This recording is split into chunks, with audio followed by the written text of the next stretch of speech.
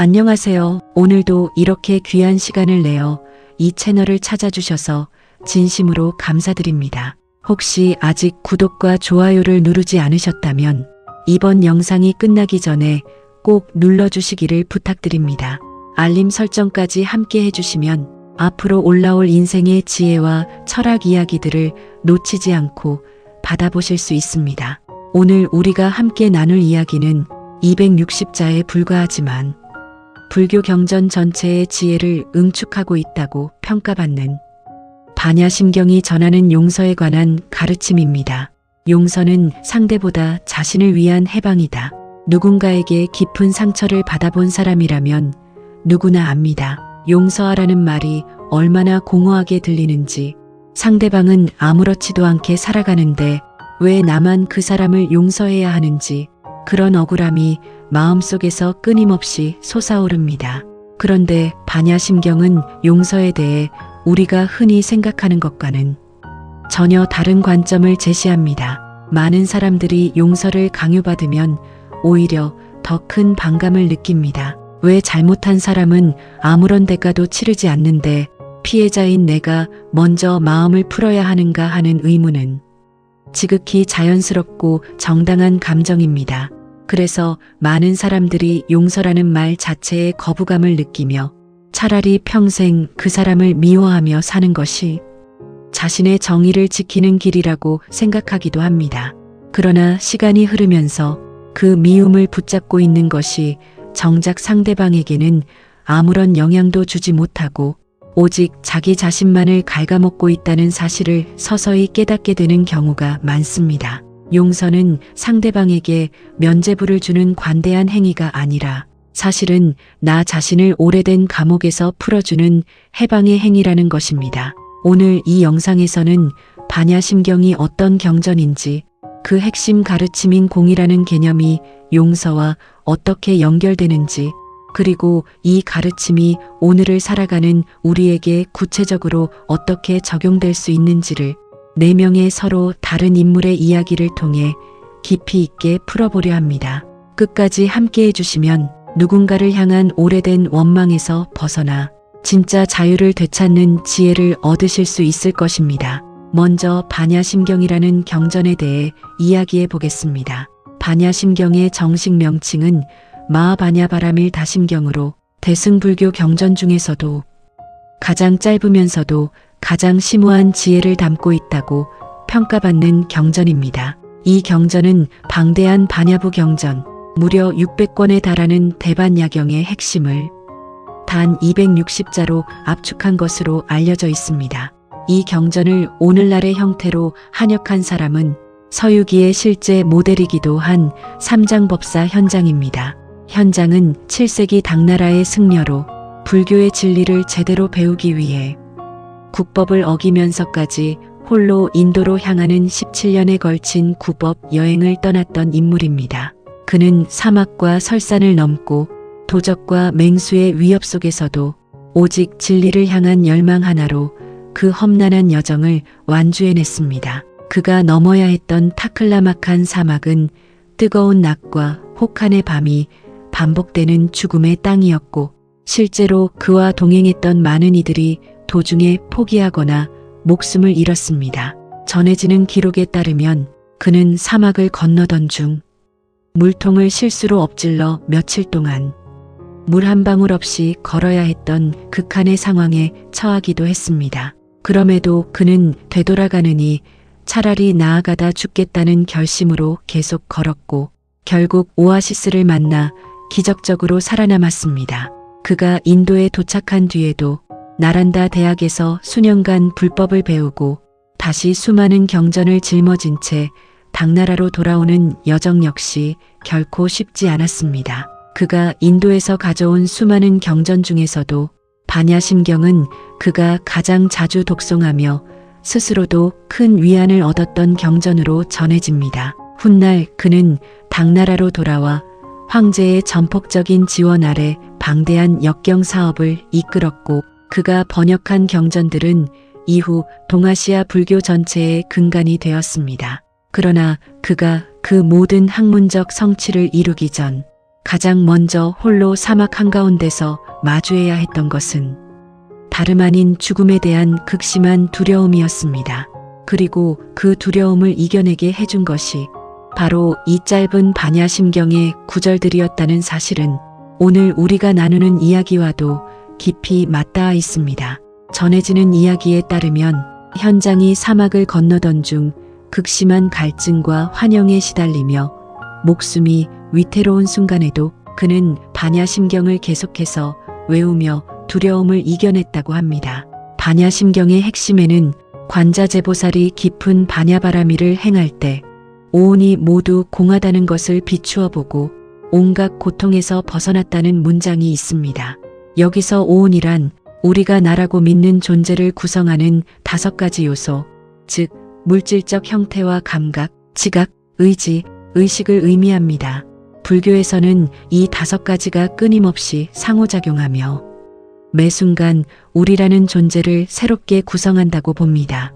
즉 지금 이 순간의 나와 10년 전의 나는 같은 존재이면서도 동시에 완전히 같지 않은 존재입니다. 이 통찰은 우리가 붙잡고 있는 상처받은 나라는 정체성 역시 사실은 고정된 실체가 아니라 계속 새롭게 만들어지고 있는 하나의 흐름이라는 것을 알려줍니다. 그리고 공이란 이 모든 것이 고정되고 독립적인 실체가 아니라 끊임없이 변화하는 관계 속에서 잠시 나타났다 사라지는 현상에 불과하다는 뜻입니다. 이것이 바로 반야심경에서 가장 유명한 구절, 색즉시공 공즉시색, 즉 형태 있는 것이 곧 비어 있는 것이고 비어 있는 것이 곧 형태 있는 것이라는 통찰로 이어집니다.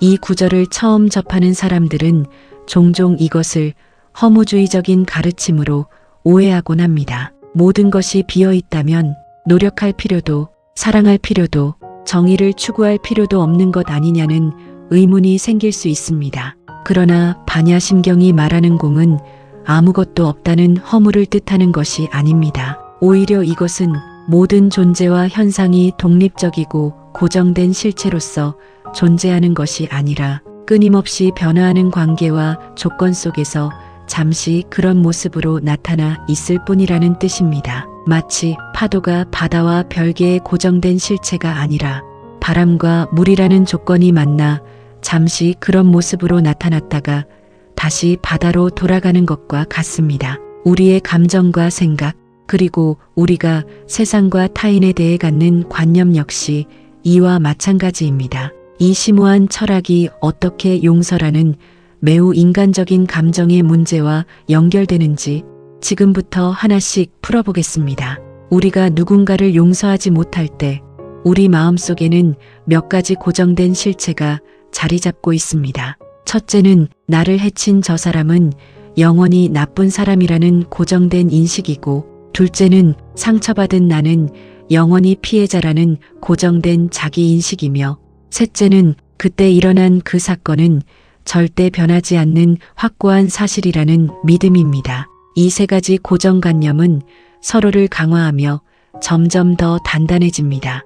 저 사람은 나쁜 사람이라는 인식이 강해질수록 나는 억울한 피해자라는 인식도 함께 강해지고, 그럴수록 우리는 그 사건을 점점 더 극적이고 절대적인 것으로 기억하게 됩니다. 시간이 지날수록 실제로 있었던 사실보다 우리가 그 위에 덧입힌 감정과 해석이 더 크고 무거워지는 경우가 많습니다. 반야심경의 관점에서 보면 이 3가지 모두 공, 즉 실체가 없는 것들입니다. 이는 그 사건이 없었던 일이라는 뜻이 아닙니다. 다만 그 사람이 영원히 고정된 나쁜 사람이라는 관념, 내가 영원히 고정된 피해자라는 관념, 그 사건에 대한 나의 해석이 절대적으로 고정된 진실이라는 관념, 이 관념들 자체가 우리 마음이 만들어낸 하나의 상, 즉 색에 불과하다는 것입니다. 그리고 반야심경은 이 색이 곧 공이라고 말합니다.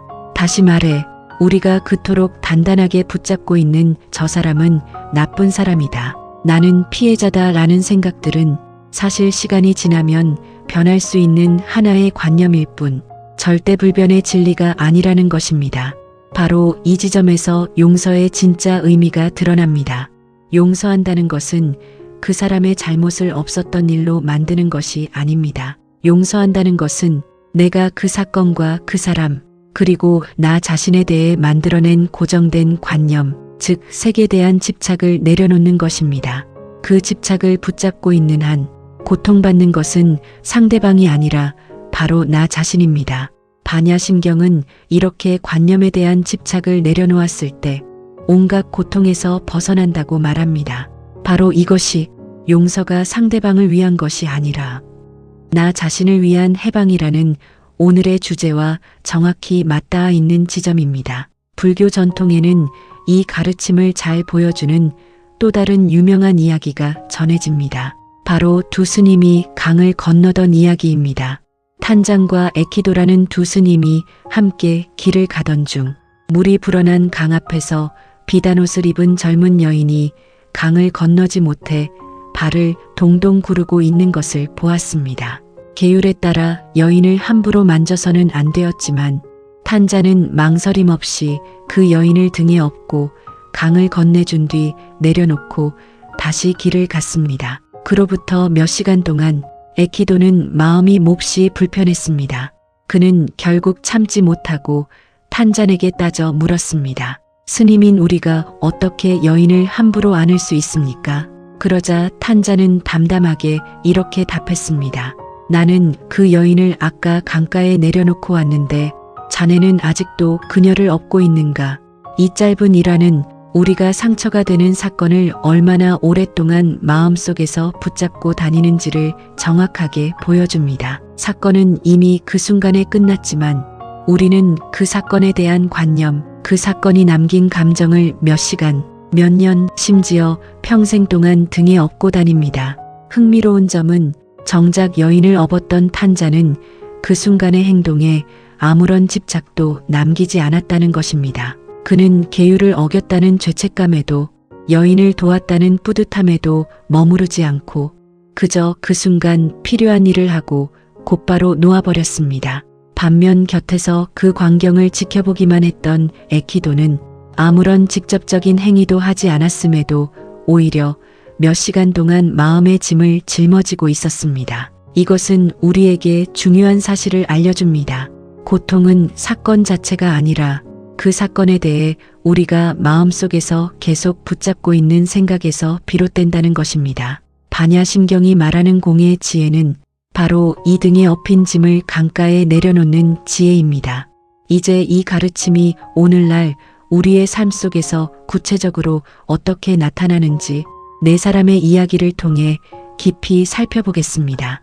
첫 번째 이야기의 주인공은 42살의 여성 이지연 씨입니다. 지연 씨는 10년 넘게 절친하게 지내온 친구에게 사업 자금을 빌려주었는데 그 친구는 사업이 어려워지자 연락을 끊고 잠적해버렸습니다. 지연 씨는 그 돈을 돌려받지 못한 것도 억울했지만 무엇보다 오랜 세월 나눈 우정이 한순간에 배신당했다는 사실이 더 견디기 힘들었습니다. 그녀는 몇 년이 지나도록 그 친구의 이름만 들어도 온몸이 떨릴 정도로 분노가 치밀어 올랐습니다. 그녀는 주변 사람들에게 틈만 나면 그 친구가 얼마나 나쁜 사람인지에 대해 이야기했고 그런 이야기를 반복할수록 오히려 자신의 상처가 더 선명하게 되살아나는 것을 느꼈습니다. 어느 날 지연 씨는 명상 모임에서 우연히 반야심경 강의를 듣게 되었습니다. 강사는 이렇게 말했습니다. 당신이 그 친구를 나쁜 사람이라고 규정하는 순간 당신은 매일 그 나쁜 사람과 함께 살고 있는 셈입니다. 그 사람은 이미 당신의 삶에서 떠났는데 당신의 마음속에서는 아직도 매일 당신을 배신하고 있는 것입니다. 이 말은 지연 씨에게 큰 충격을 주었습니다.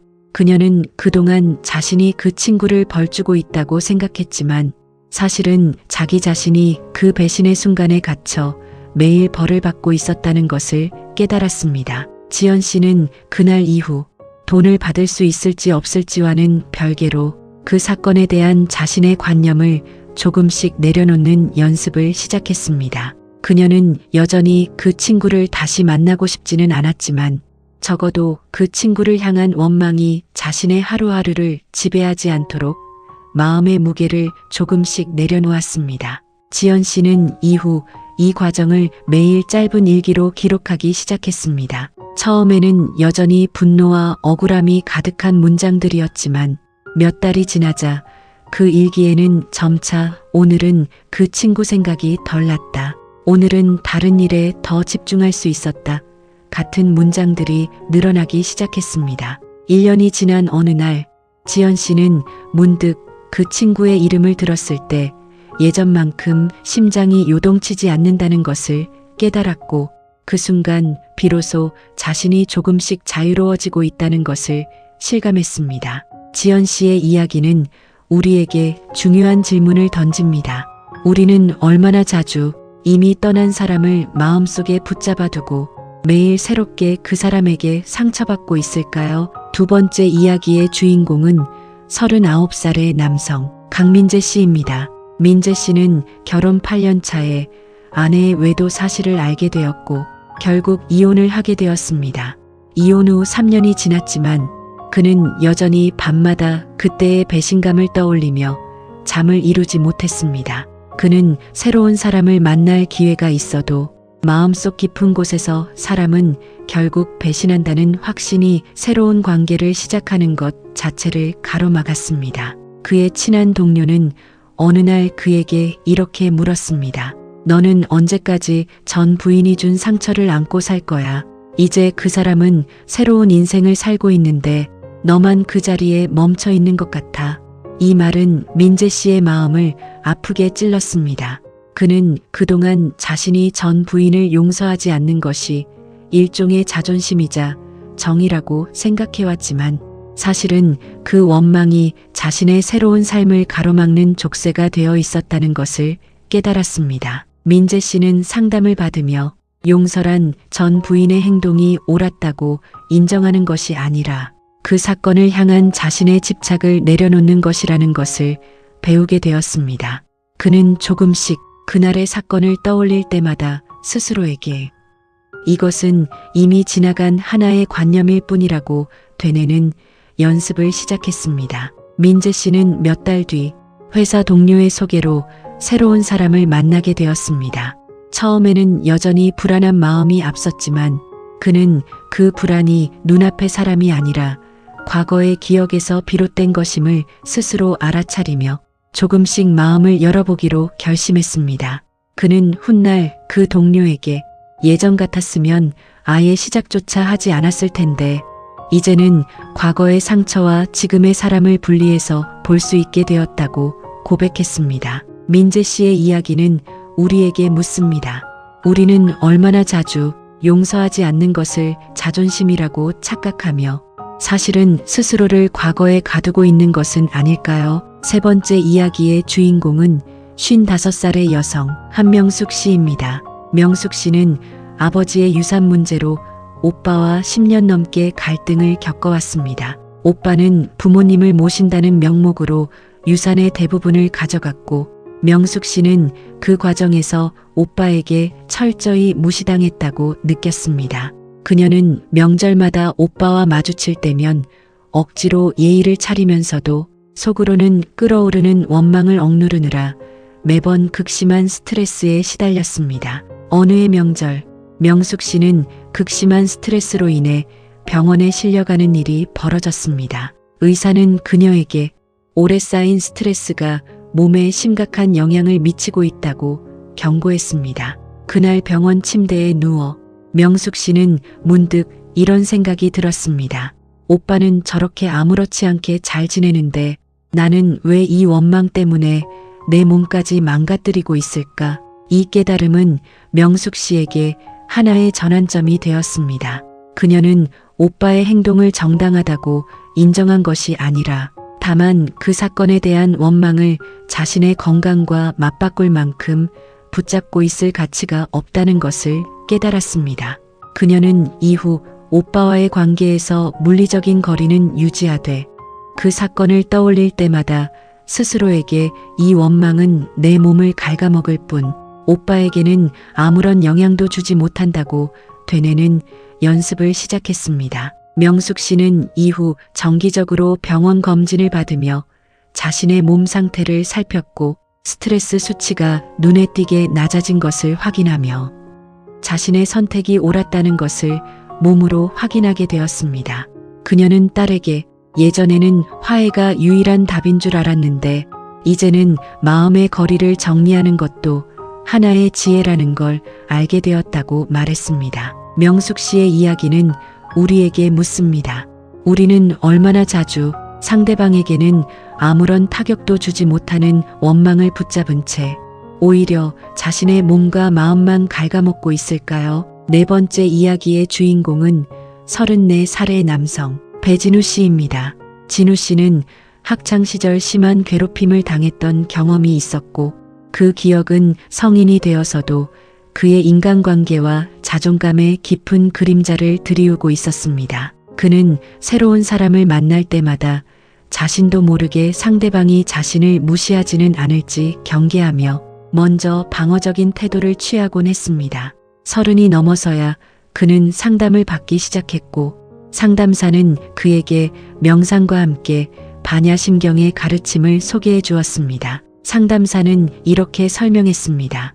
그 시절 당신을 괴롭혔던 사람들은 이미 당신의 삶에 존재하지 않지만 당신은 그들이 남긴 나는 무시당해도 되는 사람이라는 관념을 아직도 진실이라 믿고 살아가고 있습니다. 그 관념 역시 실체가 없는 것입니다. 이 말은 진우 씨에게 깊은 울림을 주었습니다. 그는 그동안 자신이 겪은 괴롭힘이라는 사건 자체보다 그 사건이 남긴 나는 하찮은 사람이라는 관념에 훨씬 더 오랫동안 고통받아왔다는 것을 깨달았습니다. 그는 매일 짧은 명상을 통해 그 시절의 기억이 떠오를 때마다 이것은 과거에 만들어진 관념일 뿐 지금의 나를 규정하는 진실이 아니라고 되뇌는 연습을 반복했습니다. 몇 달이 지나자 진우 씨는 처음으로 사람들 앞에서 방어적이지 않은 있는 그대로의 자신으로 편안하게 있을 수 있게 되었습니다. 그는 나중에 상담사에게 예전에는 사람을 만날 때마다 언제 또 상처받을까 온몸이 긴장했는데 이제는 그 긴장이 많이 풀렸다고 말했습니다. 그는 특히 자신을 괴롭혔던 사람들을 용서한다는 것이 그들과 화해하거나 그들을 다시 만난다는 뜻이 아니라 단지 그들이 심어놓은 나에 대한 왜곡된 관념을 더 이상 진실로 받아들이지 않는 것이라는 사실을 깨달았을 때 가장 큰 해방감을 느꼈다고 덧붙였습니다. 지금까지 이지연 씨, 강민재 씨, 한명숙 씨, 배진우 씨, 네 사람의 이야기를 통해 용서하지 못하는 마음이 어떻게 우리 자신을 갉아먹는지 그리고 그 관념을 내려놓는 것이 어떻게 진짜 해방으로 이어지는지를 살펴보았습니다. 여기서 잠시 우리가 왜 이렇게까지 원망이라는 감정을 쉽게 내려놓지 못하는지 조금 더 근본적인 이유를 짚어보고자 합니다. 현대 심리학에서는 이런 현상을 반추라는 개념으로 설명합니다. 반추란 부정적인 사건과 그로 인한 감정을 마음속에서 반복적으로 되새기는 사고 패턴을 의미합니다. 연구에 따르면 사람들은 종종 반추가 문제를 해결하는 데 도움이 된다고 착각하지만 실제로는 반추를 반복할수록 스트레스 호르몬 수치가 높아지고 우울과 불안 증상이 오히려 악화되는 경향이 있다고 밝혀졌습니다. 다시 말해 우리가 억울함을 되새길수록 실제로 얻는 것은 정의로운 심판이 아니라 오히려 자기 자신의 몸과 마음에 가해지는 지속적인 손상입니다. 심리학자들은 이를 정서적 반추의 역설이라고 부르기도 합니다. 우리는 반추를 통해 그 상황을 다시 통제하고 있다는 느낌을 받고 싶어 하지만 실제로는 그 반추가 반복될수록 편도체가 계속 활성화되어 마치 그 사건이 지금 이 순간에도 계속 일어나고 있는 것처럼 몸이 반응하게 됩니다. 이는 실제로 혈압 상승, 수면 장애, 만성 염증 수치 증가와 같은 구체적인 신체적 증상으로 이어질 수 있다는 것이 여러 연구를 통해 확인되었습니다. 명숙 씨가 극심한 스트레스로 병원에 실려갔던 사례처럼 오래된 원망은 단순한 감정의 문제를 넘어 실제로 우리 몸에 새겨지는 물리적인 상처가 됩니다. 반야심경은 물론 현대 심리학을 알지 못했지만 2500년 전 이미 온갖 고통에서 벗어난다는 구절을 통해 관념에 대한 집착을 놓는 것이 곧 고통에서 벗어나는 길이라는 것을 정확히 통찰하고 있었습니다. 네 사람의 이야기에는 하나의 공통점이 있습니다. 지연 씨, 민재 씨, 명숙 씨, 진우 씨 모두 자신을 힘들게 한 사건 자체보다 그 사건에 대해 스스로 만들어낸 관념을 오랫동안 붙잡고 있었다는 것을 깨달은 뒤에야 비로소 변화가 시작되었습니다. 그들은 상대방을 용서하기로 결심한 것이 아니라 자기 자신을 그 오래된 관념에서 풀어주기로 결심했습니다. 이 미묘하지만 중요한 관점의 차이가 그들 각자의 삶에 실질적인 변화를 만들어냈습니다. 그렇다면 이제 실질적으로 반야심경의 가르침을 바탕으로 용서를 통해 자기 자신을 해방시키기 위해 우리가 구체적으로 실천할 수 있는 방법들을 말씀드리겠습니다. 첫 번째 방법은 용서와 화해를 구분하는 것입니다. 용서는 그 사람을 다시 내 삶에 받아들이는 화해와는 다른 개념입니다. 많은 사람들이 용서를 망설이는 이유 중 하나는 용서하면 그 사람과 다시 예전처럼 지내야 한다고 오해하기 때문입니다. 그러나 반야심경이 말하는 해방으로서의 용서는 상대방을 내 삶에 다시 초대하는 것과는 전혀 다른 문제입니다. 지연 씨처럼 그 사람을 다시 만나지 않기로 선택하면서도 동시에 그 사건에 대한 내면의 집착은 내려놓는 것이 가능합니다. 오히려 관계를 정리하는 것과 마음의 짐을 내려놓는 것은 함께 갈 때 가장 건강한 결과를 만들어냅니다. 용서는 관계의 회복이 아니라 나 자신의 마음의 회복이라는 것을 기억해 보시기 바랍니다. 두 번째 방법은 상처받은 사건과 그 사건에 대한 나의 관념을 분리해서 바라보는 연습입니다. 사건 자체는 이미 과거에 일어나 끝난 일이지만 그 사건에 대한 내 해석과 감정은 지금 이 순간에도 내가 계속해서 새롭게 만들어내고 있는 것입니다. 오늘 그 사건이 떠오를 때 이것은 과거의 사실이 아니라 지금 내가 다시 만들어내고 있는 생각이라는 것을 스스로에게 상기시켜 보시기 바랍니다. 세 번째 방법은 탄장과 에키도의 일화를 떠올리며 스스로에게 묻는 것입니다. 나는 언제까지 이 사람을, 이 사건을 등에 업고 다닐 것인가? 이 짧은 질문 하나만으로도 우리는 얼마나 오랫동안 불필요한 짐을 짊어지고 있었는지를 새삼 깨닫게 됩니다. 네 번째 방법은 원망이 실제로 상대방에게 어떤 영향을 미치는지 냉정하게 점검해 보는 것입니다. 명숙 씨의 사례처럼 대부분의 경우 우리의 원망은 상대방의 삶에 아무런 타격도 주지 못한 채 오직 우리 자신의 몸과 마음만 갉아먹습니다. 이 냉정한 사실을 직시하는 것만으로도 원망을 붙잡고 있는 것이 얼마나 손해인지 명확하게 보이기 시작합니다. 다섯 번째 방법은 명상을 통해 감정이 일어나고 사라지는 과정을 있는 그대로 관찰하는 것입니다. 분노나 원망이 떠오를 때 그 감정을 억누르거나 그 감정에 휩쓸리는 대신 지금 내 안에 분노가 일어나고 있구나 하고 가만히 지켜보는 연습을 해보시기 바랍니다. 반야심경이 말하는 오온이 공하다는 통찰은 바로 이렇게 감정을 관찰할 때 그 감정이 영원히 고정된 것이 아니라 파도처럼 일어났다 사라지는 현상이라는 것을 몸소 체험하는 데서 시작됩니다. 처음 이 훈련을 시도하는 사람들은 감정을 가만히 지켜보는 것이 오히려 그 감정을 더 키우는 것 아니냐고 걱정하기도 합니다. 그러나 실제로 해보면 정반대의 결과를 경험하게 됩니다. 감정을 밀어내려 애쓸 때는 그 감정이 더 강하게 저항하며 되돌아오지만 그저 있는 그대로 지켜볼 때는 오히려 그 감정이 자연스럽게 힘을 잃고 흩어지는 것을 느낄 수 있습니다.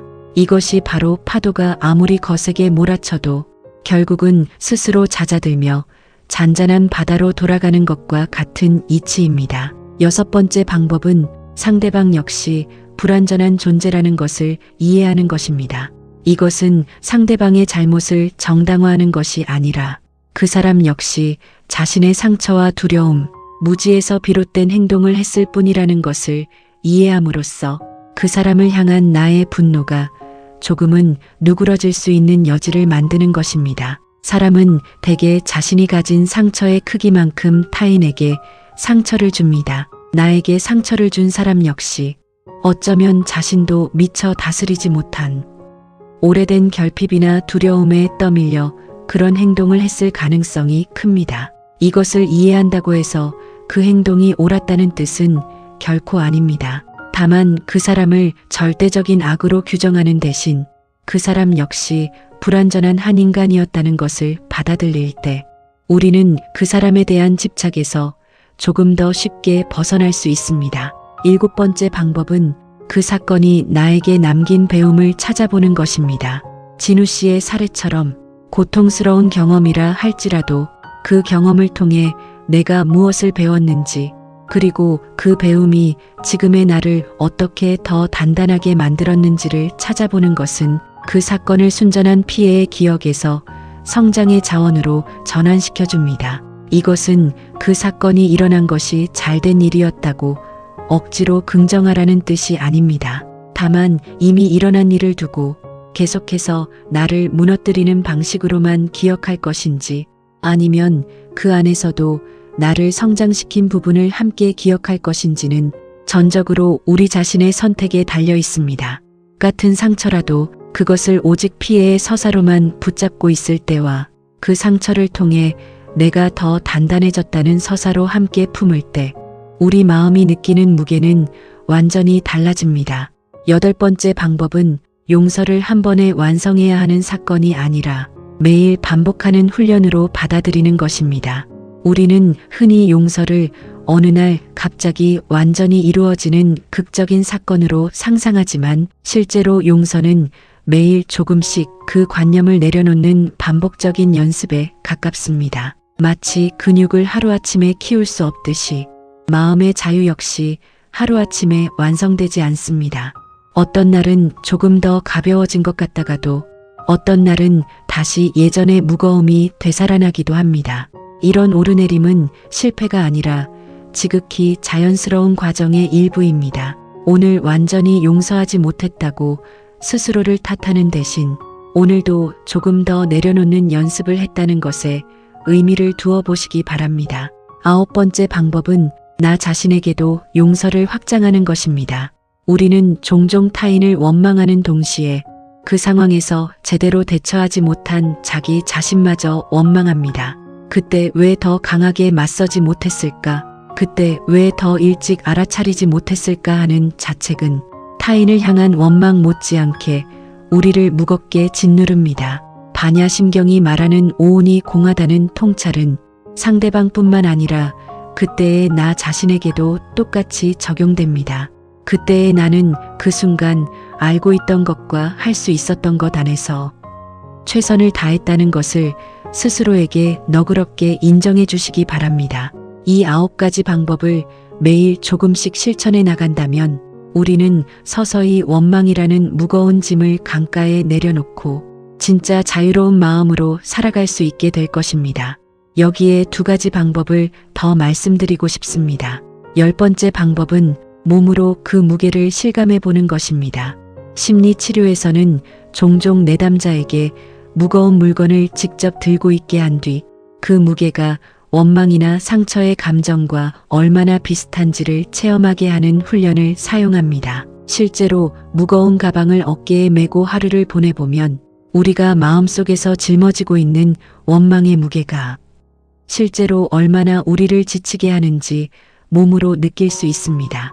11번째 방법은 용서의 과정을 아무에게도 알릴 필요가 없다는 것을 받아들이는 것입니다. 우리는 종종 용서란 상대방에게 나 이제 다 괜찮아 라고 말하며 화해의 손을 내미는 것이라고 생각하지만 반야심경이 말하는 용서는 철저히 나 자신의 내면에서 이루어지는 과정입니다. 상대방이 그 사실을 알든 모르든 심지어 상대방에게 그 사실을 전혀 알리지 않더라도 나 자신의 마음속에서 그 관념을 내려놓는 것만으로도 온전한 해방은 이루어집니다. 이 11가지 방법을 매일 조금씩 실천해 나간다면 우리는 서서히 원망이라는 무거운 짐을 강가에 내려놓고 진짜 자유로운 마음으로 살아갈 수 있게 될 것입니다. 반야심경은 그 유명한 마지막 진언에서 이렇게 노래합니다.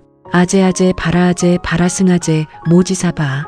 이는 가자, 가자, 저 언덕으로 건너가자, 완전히 건너가서 깨달음을 이루자 라는 뜻을 담고 있습니다. 여기서 저 언덕이란 바로 원망과 집착이라는 강 이편에서 자유와 평온이라는 강 저편으로 건너가는 것을 의미합니다. 이 진언은 단순한 주문이 아니라 우리가 지금 있는 자리에서 한 걸음씩 나아가야 한다는 실천의 언어이기도 합니다. 가자, 가자라는 반복은 단번에 도달할 수 없는 그 언덕을 향해 끊임없이 발걸음을 옮기라는 격려처럼 들리기도 합니다. 우리가 오늘 나눈 9가지 그리고 2가지를 더한 11가지 방법들 역시 단 한 번의 실천으로 완성되는 것이 아니라 이 진언처럼 가자, 가자 하며 매일 조금씩 되뇌어야 하는 여정입니다. 탄자니 여인을 강 저편에 내려놓고 홀가분하게 떠났듯이 우리도 오래된 원망을 마음속 강가에 내려놓고 저 자유로운 언덕으로 건너갈 수 있습니다. 오늘 우리가 나눈 이지연 씨, 강민재 씨, 한명숙 씨, 배진우 씨의 이야기는 사실 우리 모두의 이야기이기도 합니다. 우리 각자의 마음속에는 아직 강가에 내려놓지 못한 채 등에 업고 있는 누군가가 있을 것입니다. 그 사람을 완전히 용서해야 한다는 조급함을 잠시 내려놓으시기 바랍니다. 다만 오늘 하루 그 사람을 향한 원망이 나 자신을 얼마나 오래도록 붙잡아 왔는지 그 무게를 한번 가만히 느껴보시기 바랍니다. 어쩌면 여러분은 그 무게에 너무 익숙해진 나머지 그것이 무겁다는 사실조차 잊고 지내왔을지도 모릅니다. 탄자니 여인을 강가에 내려놓았을 때 느꼈을 그 홀가분함을 여러분도 언젠가 반드시 느낄 수 있습니다. 그것은 상대방을 위한 관대함이 아니라 여러분 자신에게 돌려주는 가장 정직한 자유입니다. 오래도록 등에 지고 다녔던 그 무게를 강가에 내려놓는 순간 여러분의 두 손과 두 어깨는 비로소 다른 무언가를 위해 자유롭게 쓰일 수 있게 됩니다. 그것이 바로 반야심경이 2500년이 지난 오늘까지도 우리에게 전해주는 가장 인간적이고 가장 실용적인 지혜입니다.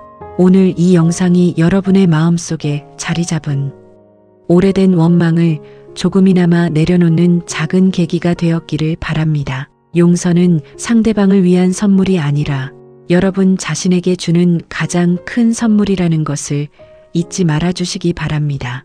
오늘 영상이 여러분에게 작은 위로와 통찰이 되었다면 구독과 좋아요 그리고 알림 설정으로 응원해 주시면 큰 힘이 되겠습니다. 다음 영상에서는 또 다른 위대한 지혜의 가르침과 함께 여러분의 삶에 실질적인 도움이 되는 이야기로 다시 찾아뵙겠습니다. 끝까지 시청해 주셔서 진심으로 감사드리며 오늘도 여러분의 하루하루에 작은 평온과 자유가 깃들기를 바랍니다. 오늘도 여러분의 자유롭고 평온한 하루를 진심으로 응원하며 감사합니다.